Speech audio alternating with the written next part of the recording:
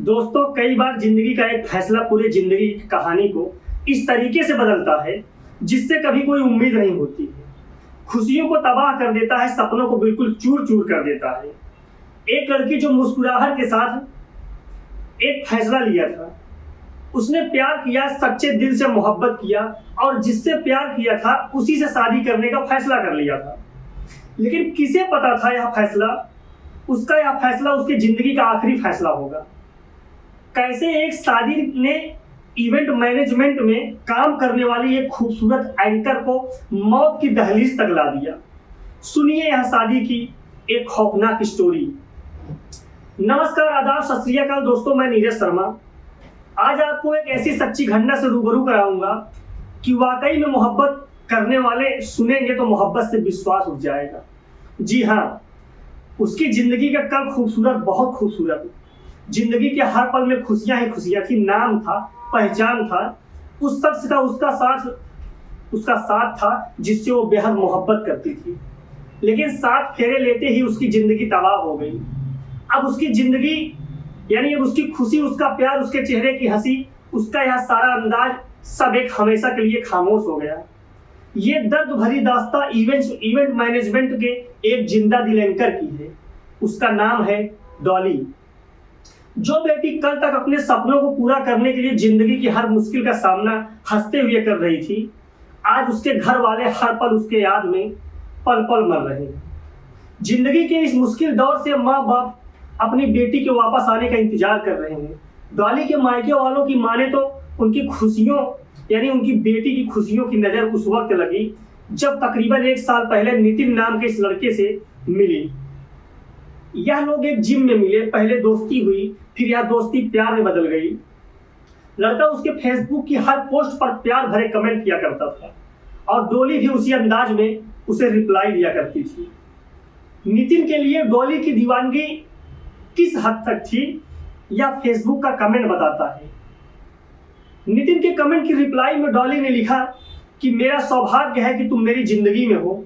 मैं उस भगवान का शुक्रिया अदा करती हूँ जो तुम्हें मेरी जिंदगी में लाया है और तुमने मेरी जिंदगी को जन्नत बना दिया।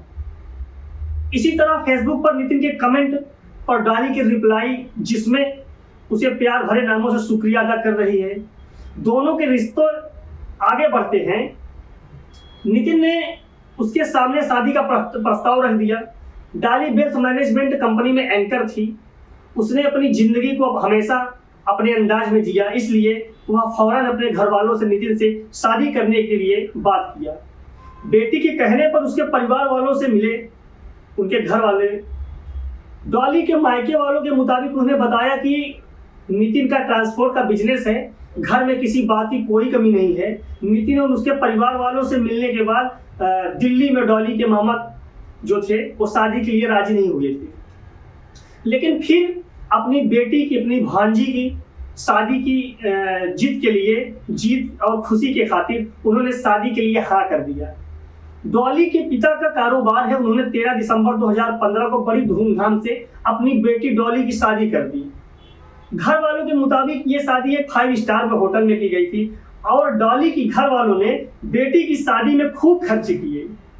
लगभग दहेज लेकर उन्होंने 30 लाख रुपए से ज्यादा खर्च कर दिए थे। लेकिन उन्हें क्या पता था कि शादी के बाद उनकी हंसती खेलती खिलखिलाती बेटी की जिंदगी एकदम एक खामोशी में बदल जाएगी।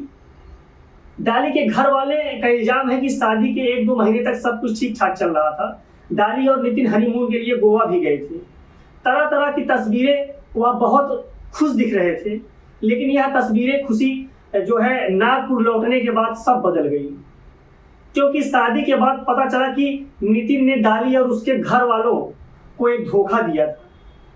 वो इसलिए क्योंकि ना ही उसका कोई ट्रांसपोर्ट का बिजनेस था और ना ही घर में पैसे। यह सब जानकर डॉली और उसके परिवार वालों के होश उड़ गए कि नितिन को नई नई लड़कियों और शराब की लत है। जब डॉली को यह सब पता चलता है तो डॉली लगातार डिप्रेशन में चली जाती है। डॉली के घर वाले बताते हैं कि शादी के कुछ दिन बाद ही नितिन और उसके घर वालों का असली चेहरा सामने आ गया और दहेज लाने के लिए दबाव डालने लगे और साथ ही बेटी के साथ डॉली के साथ मारपीट भी करने लगे। यहाँ तक कि नितिन डॉली से दूरियां बनाने लगा। डॉली ससुराल में बिल्कुल अकेली हो गई। एक छत के नीचे होने के बाद भी नितिन और डॉली की बातें अब एसएमएस पर आ गई।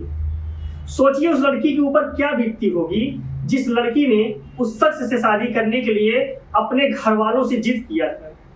उनकी रजामंदी के बगैर उसकी शादी की। उसी शख्स ने उसकी जिंदगी को नर्क से भी बदतर बना दिया। मारपीट किया। हालात इतने बदतर हो गए कि एक छत के नीचे रहते हुए दोनों की बातें एसएमएस से होती थी। अपने ही पति से उसको बात करने के लिए एसएमएस से बातें करनी पड़ी और उसके घर वालों की रवैया ने डॉली को तोड़ कर रख दिया। डॉली अपना दर्द किसको बताए, क्योंकि उसने अपनी मर्जी से जो शादी किया था।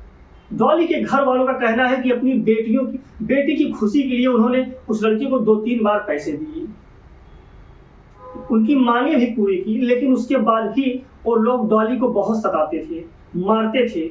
बिल्कुल हालत ऐसी हो गई थी कि शादी के महज 7 महीने के अंदर ही डॉली अपने ससुराल से मायके आकर रहने लगी। डॉली के घर वालों का कहना है कि इसी बीच में वह गर्भवती भी हुई थी, लेकिन नितिन ने उसे इस तरीके से मारा था, उसके साथ इस तरीके से मारपीट किया कि उसकी तबीयत बिल्कुल खराब हो गई थी।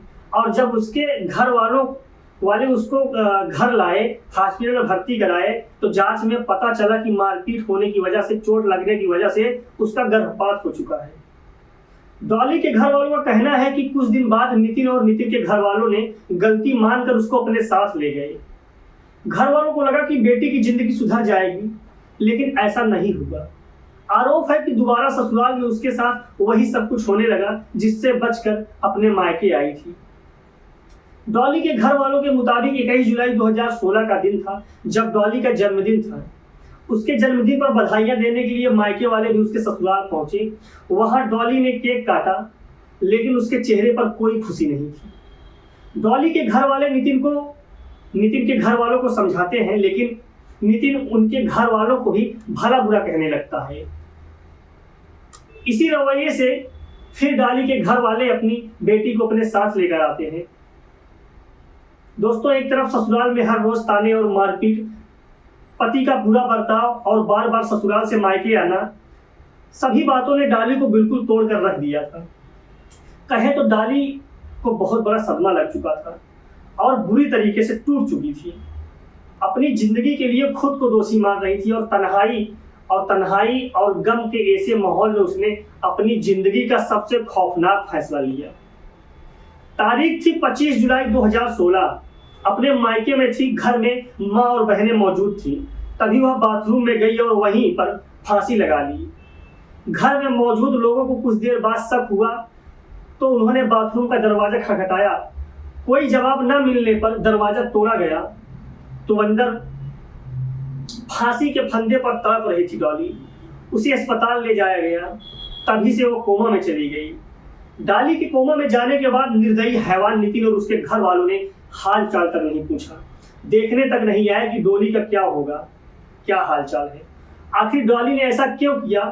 क्योंकि उनको पता था कि दोषी तो हम ही हैं। इतना बुरा बर्ताव डॉली के साथ न किए होते तो डॉली ऐसा कदम न उठाती। अपनी बेटी की ऐसी हालात को देखकर और नितिन के घर वालों की ऐसी बर्ताव को देखकर डॉली ने जो है पुलिस स्टेशन जाके शिकायत करते हैं। यानी डॉली के बर्ताव को जब डॉली की हालात को देखते हैं और डॉली के ससुराल वालों के बर्ताव को देखते हैं, तो जाके इनके घर वाले डॉली के माता पिता पुलिस में शिकायत दर्ज कराते हैं। एक थाने से दूसरे थाने के चक्कर लगा रहे थे। कई दिनों तक थाने के चक्कर काटने के बाद पुलिस वालों ने FIR तो कर लिया, लेकिन नितिन के घर वालों के खिलाफ कोई कार्रवाई नहीं की थी। आगे की कहानी जो होती है हम आपको अगले एपिसोड में जरूर बताएंगे। लेकिन दोस्तों, इतना जरूर कहना चाहूंगा, फेसबुक इंस्टाग्राम का प्यार कोई प्यार नहीं होता है। मीठी मीठी बातों में फंसकर किसी के बहकावे में आकर कभी कोई ऐसा फैसला ना ले जिससे आपकी पूरी जिंदगी तबाह हो जाए। जो फेसबुक इंस्टाग्राम पर दिखता है वह होता नहीं है। असल में डॉली को लगा था कि देखने में अच्छा है, बातें अच्छा कर रहा है, पढ़ा लिखा है और हमारे साथ इसकी जिंदगी अच्छे से बीत जाएगी। मोहब्बत इतनी बुरी चीज़ है दोस्तों कि जब मोहब्बत होती है ना तो इंसान को उसकी बुराइयां नज़र नहीं आती हैं। इंसान उसकी बुराइयां देखने के बजाय उसमें अच्छाइयां देखने लगता है। अच्छा देखने से जब उसको फुर्सत मिलेगी तब उस इंसान की बुराई देखेगा। यही डॉली ने किया था। मोहब्बत में, प्यार में इतना चूर हो गई थी कि नितिन की मीठी मीठी बातों में इतना डूब चुकी थी, किसी चीज़ का एहसास नहीं हुआ। उसको इतना सोचने का मौका ही नहीं मिला कि नितिन के बारे में थोड़ा जांच पड़ताल कर ले। तो नितिन के घर वालों के कहना घर वालों का कहना न मानने पर डॉली ने ऐसा कदम उठाया। एक खूबसूरत अच्छी एंकर गलत फैसला लेने की वजह से अपनी पूरी जिंदगी तबाह कर लिया। इसलिए आपसे कहूंगा कि जब कोई फैसला लेने की बात आए तो गंभीरता से आराम से सोच लें, विचार लें, तब कोई फैसला लें। नहीं दोस्तों, यहाँ पूरे जीवन की बात होती है। हाथ उसका पकड़े जिसके साथ पूरा जीवन बीत जाए, आपकी लाइफ खुशियों से भरी रहे। हाथ पकड़ने का मतलब यह नहीं है कि सड़क पार करना है। हाथ पकड़ने का मतलब यह है कि जिंदगी पार करना है। दोस्तों, इस कहानी को सुनाने का उद्देश्य किसी को परेशान करना नहीं है, किसी को हर्ट करना नहीं है, बल्कि जागरूक करना है। आप लोग अपना ख्याल रखें, सावधान रहें, सतर्क रहें। नमस्कार, जय हिंद।